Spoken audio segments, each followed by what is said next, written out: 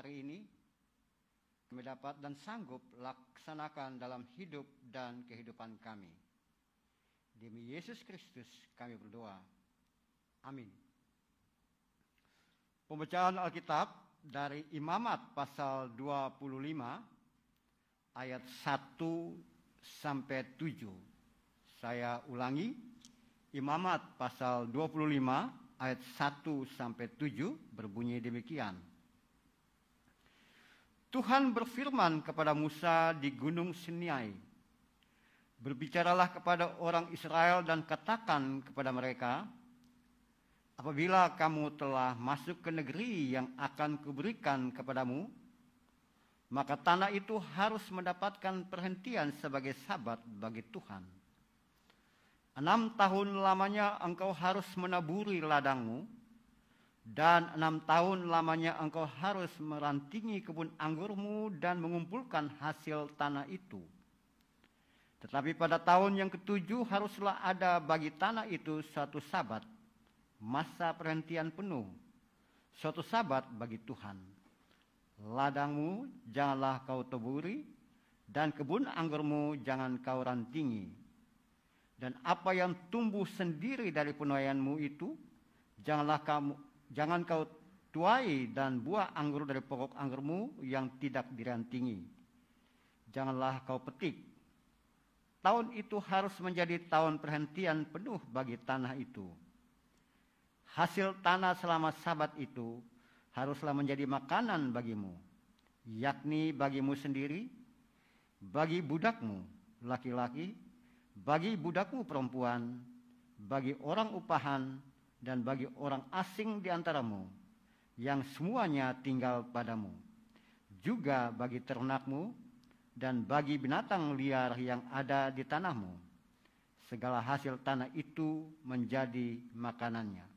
Demikian pembacaan firman Tuhan, terpujilah Kristus. Haleluya. Saudara-saudara yang dikasihi oleh Tuhan, saudara-saudara dalam kemanusiaan, dan siapapun yang ikut dalam persekutuan pada hari ini. Sedikit latar, Imamat 25 ini mengingat pada umat dalam perjalanan menuju tanah perjanjian. Dalam perjalanan tersebut ada perhentian, ada istirahat, dan mereka berputar-putar di sekitar Sinai. Dan di Sinai inilah, seperti ayat 21 tadi, terjadi banyak hal. Ada ketaatan, ada ketidaktaatan, ada keteraturan, dan juga ketidakteraturan. Ada pelanggaran, dan juga ada hukuman. Dan di Sinai juga terjadi interaksi antara Musa dan Tuhan.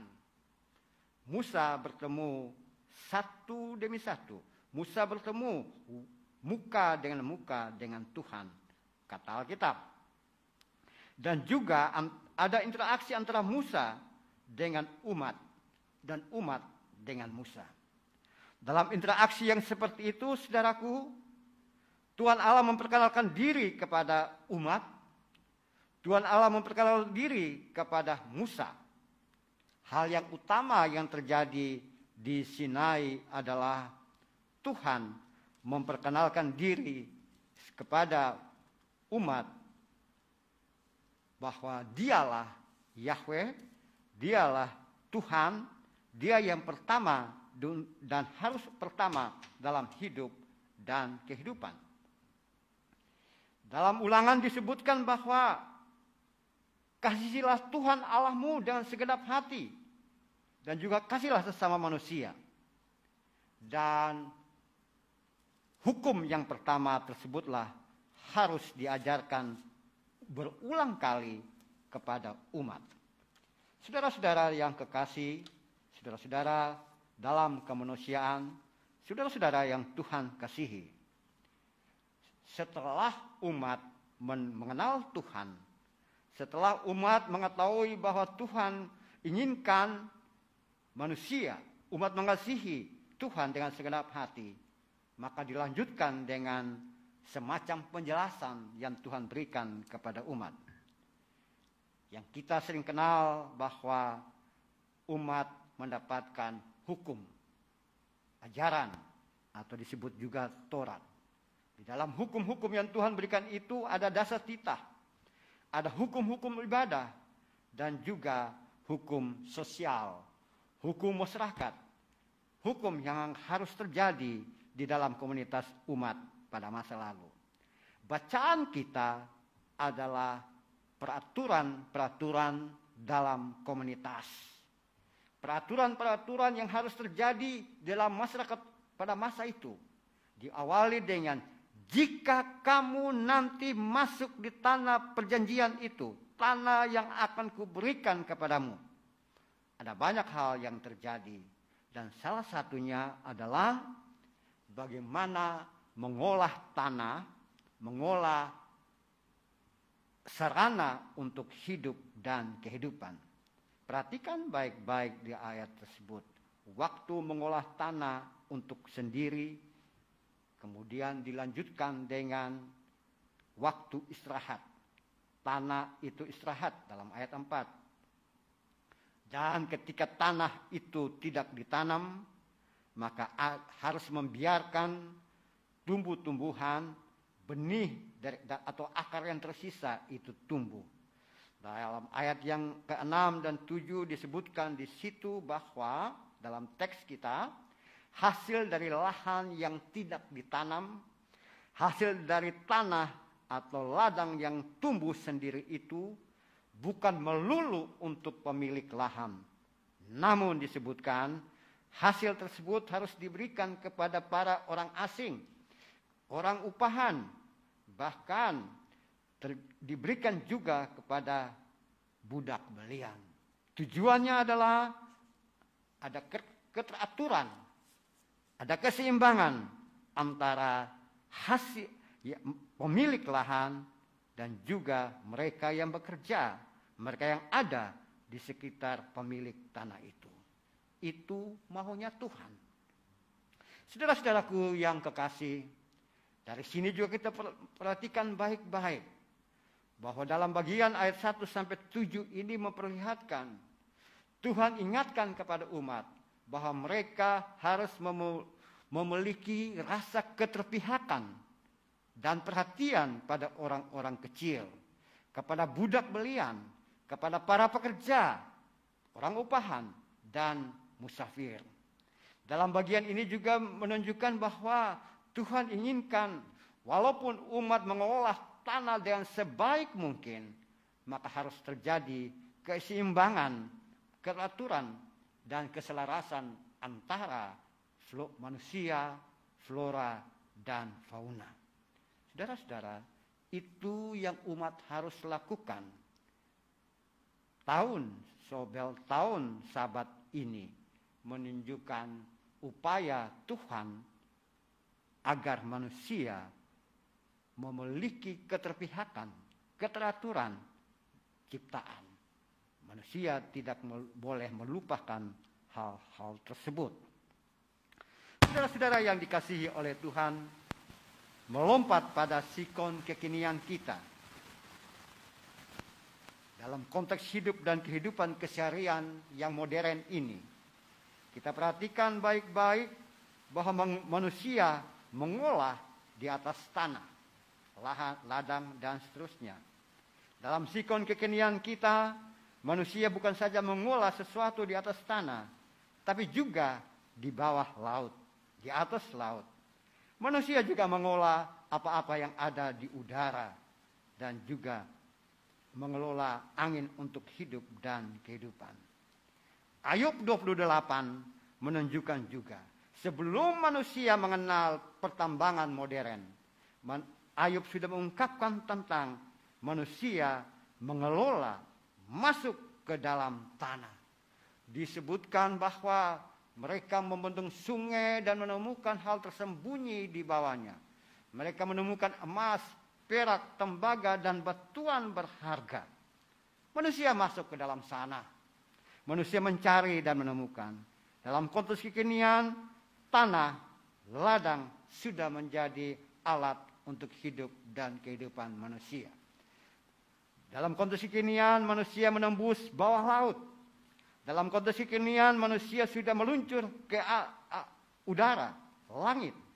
Dalam konteks kekinian, manusia meluncur ke dalam lorong-lorong gelap di bawah tanah. Semuanya menjadi upaya manusia menyelidiki dan menemukan hal-hal untuk melengkapi hidup dan kehidupan. Sebelum manusia mengenal apa itu hal-hal modern seperti sekarang ini, Ayub sudah menjelaskan kepada manusia. Manusia telah berhasil meraih apa yang ada di atas tanah. Manusia sudah berhasil meraih apa yang ada di dalam tanah, di udara, langit, dan juga dimanapun kemampuan manusia itu. Lalu apa yang kita dapatkan? Setelah manusia mendapatkan hasil tanah, Tuhan memberitakan kepada umat bahwa ada saatnya hasil tanah itu dibagikan, bahkan digratiskan kepada orang-orang sekitar, kepada komunitas, kepada orang-orang yang tak berdaya dan terpinggirkan serta termarginalkan. Lalu bagaimana dengan keadaan kita sekarang? Kita, dalam konteks kekinian kita, apa yang kita lakukan? Apakah ketika kita berhasil mengolah tanah, laut, langit, dan bawah tanah, kemudian selanjutnya bagaimana? Seharusnya dalam konteks kita adalah tercipta keteraturan ciptaan, kembali kepada keselarasan dengan alam.